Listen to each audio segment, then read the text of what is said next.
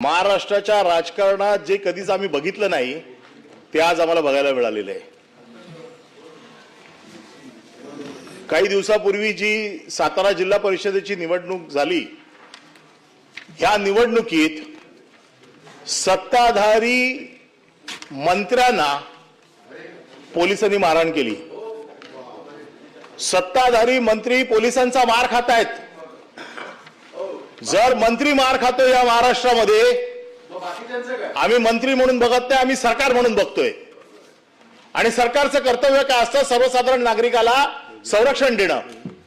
जर या राज्यामध्ये मंत्री मार खातायत, कार्यकर्ते जर सत्तेतले मार खातायत, तर सर्वसाधारण नागरिकाला काय संरक्षण तुम्ही सरकार म्हणून देणार आहात? मी या सभागृहात गेले कित्येक वर्ष महाराष्ट्राचं राजकारण जवळनं बघतोय। काही वर्षापूर्वी उठाव केला गेला। हा उठाव कशासाठी केला? तर आमचा स्वाभिमान राष्ट्रवादी चिरडते, आमचा स्वाभिमान राष्ट्रपती पायाखाली दाबते। अजित दादा आम्हाला फंड देत नाही, अजित दादा आम्हाला वागणूक अशी घाणेरडी वागणूक देतात। त्याच्यासाठी आम्ही उठाव केला, त्याच्यासाठी आम्ही सत्तेतनं बाहेर पडलो, त्याच्यासाठी आम्ही सत्ता पलट केली। आम्ही वाघाचे बच्चे आहोत। सभापती महोदय, नाही सभापती महोदय, माझं पूर्ण 289 का होतोय? हा पूर्ण 289 होतोय। या राज्यामध्ये मंत्री मार खातायत आणि एवढी वाईट परिस्थिती आहे मंत्र्यांची, भारतीय जनता पक्षाचं नाव घ्यायला घाबरतायत। कोण पोलिसाची हिंमत होते? पोलीस हे प्यादे, आणि पोलीस हे प्यादे, या पोलीस मारतो तुम्हाला आणि तुम्ही मूग गिळून गप्प बसताय। कुठे गेला तुमचा स्वाभिमान?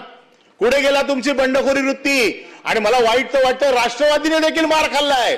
म्हणजे फक्त शिवसेनानेच मार खाल्ला नाही, राष्ट्रवादीने मार खाल्लाय। जो तुम्ही निर्णय त्यावेळेला घेतला, तुम्ही दोघे बाहेर पडा सत्तेत ना, मग कळेल।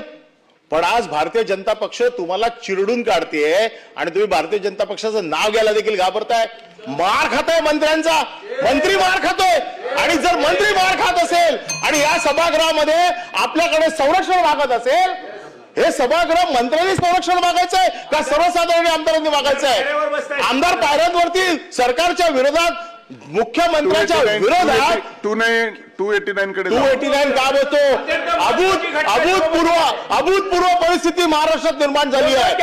आणि जेव्हा अभूतपूर्व परिस्थिती महाराष्ट्रात निर्माण होते, त्यावेळेला हा विषय 289 चा होतो। भारतीय जनता पक्षाकडनं तुळवले जात आहेत, स्वतःला वाघ समजतायत।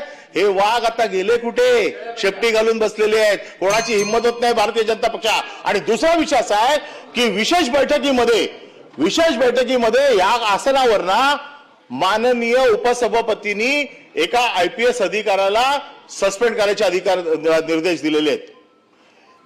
आताच काही दिवसापूर्वी खालच्या सभागृहामध्ये तालिका अध्यक्षांनी एका IAS ऑफिसरला सस्पेंड केलं आणि नंतर नामुष्कीने त्या IAS ऑफिसरला परत घेतलं। तुम्हाला तुमचे अधिकार जर वापरायचे असतील तर ज्या अधिकारात खाली आपण पिटलो गेलोय, मार खाल्लाय, तेच अधिकार पुन्हा तुम्ही इकडे वापरताय। माझं म्हणणं आहे मिसयूज ऑफ पॉवर आहे। का अविश्वासाचा ठराव आणू नये उपसभापतींवरती? ऑलरेडी आमचा एक अविश्वासाचा ठराव पेंडिंग आहे, त्याच्यामुळे अविश्वासाचा ठराव आणण्याची आम्हाला परवानगी द्यावी। या सभागृहामध्ये मी बघितलेलं आहे, परमवीर सिंगने ज्यावेळेला कल्याणच्या निवडणुकीमध्ये महानगरपालिकेच्या फक्त थोडा त्रास दिला म्हणून यांच्या नेत्यांनी भर व्यासपीठावरती राजीनामा दिला होता। कुठे गेलं ते शौर्य? कुठे गेली ती ताकद? का फक्त शिवसेनेबरोबर दादागिरी करायची आणि भारतीय जनता पक्षासमोर शेपटी घालायची? हे ह्या सभागृहात मी कधी बघितलं नव्हतं। आज शहीद दिन आहे म्हणून हा विषय मला आज सभागृहासमोर आणावासा वाटतो।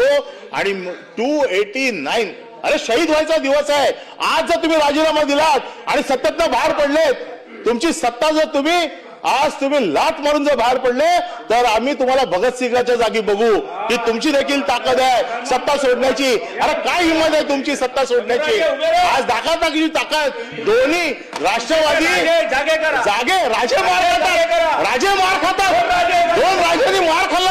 अरे माझा आवाज दाबण्यापेक्षा तुमच्या बाजूला जे तुमचा आवाज दाबतात ना, त्यांच्या एकदा तरी कानाखाली मारून बघा। अरे ही हिंमत दाखवा कधीतरी, का फक्त आमच्या समोर त्यावेळेला काय झालं ते आता परत त्याच्यावरती वेगळी डिबेट. 289 तुम्ही सविस्तर मला परवानगी द्या, 2.5 तासाची चर्चा लावा, याच्यामध्ये सविस्तर मी बोलतो. स्वाभिमान उठाव, सगळ्या गोष्टी. राज्यात काय चाललंय, सर्वसाधारण नागरिक म्हणतोय अरे मंत्री मार खातोय, मला काय संरक्षण मिळणार आहे. मंत्री मार खातायत, राष्ट्रवादीचे कार्यकर्ते मार खातायत, मंत्री मार खातायत. म्हणून माझं मत असं आहे की याच्यावरती आपण सविस्तर चर्चा, कुठल्या आयुधाखाली मला परवानगी देणार ते आपण जरा निर्देश द्यावेत, म्हणजे माझं भाषण मी संपवतो. आणि जे माझं भाषण रेकॉर्ड झालेलं नाहीये, ते काय रेकॉर्ड नाही झालंय त्याची मला पुनरावृत्ती या माझ्या पुढच्या चर्चेमध्ये घ्यायला परवानगी द्यावी. महाराष्ट्रात सध्या बाकीचे सगळे विषय सुजलाम सुफलाम आहेत. फक्त राहिलंय काय, बंधू बाबा मंत्री मार खातायत, हे सगळे विषय सध्या महाराष्ट्रात चालू आहे. 12 कोटी जनता बघते काय चाललंय सभागृहात. सगळे प्रश्न इथे येणार कोण आमदार कशासाठी, शेतकऱ्यांच्या प्रश्नासाठी, कष्टकऱ्यांच्या प्रश्नासाठी, कामगारांच्या प्रश्नासाठी. आज आम्ही ओरडतोय कशावरती, बंधूबाबा महाराष्ट्राला कसा फसवतोय, राजकारणी लोक बंधूबाबांच्या बाबतीत कसे नादाला लागलेले आहेत. आम्ही एवढीच, आम्हाला या 289च्या माध्यमातून सरकारकडनं हे निवेदन हवंय की हे जे प्रकरण आहे याच्यातली माहिती सरकारने आम्हाला द्यायला पाहिजे. आमच्याकडे बरीच माहिती आहे, आमच्याकडची माहिती आज आम्ही सभागृहामध्ये मांडू इच्छितो. ती कुठल्या आयुधाने मांडायची हे आपण सांगायचंय. परंतु जो बंधू बाबा आज सगळ्या मोठ्या ताकदीच्या लोकांना बरोबर घेऊन हे सगळं जे काय कारनामे केले, जे काय लैंगिक अत्याचार केले आहेत, सामाजिक अत्याचार केले आहेत, यापेक्षा गरिबांच्या जमिनी लाटल्या आहेत. आणि याच्यामध्ये राजकीय नेते, आमचे राजकीय नेत्यांचे फोटो असल्याबद्दल काही दुमत नाही, कारण राजकीय नेत्यांचे फोटो कोणाबरोबर पण असतात. परंतु त्याच्याशी आर्थिक संबंध, त्याच्याशी वेगवेगळ्या प्रकारचे हितसंबंध, त्याच्या दुष्कृत्यात सहभागी, त्याच्यासाठी फोनवरला दबाव, या सगळ्या गोष्टीला आमचा विरोध आहे.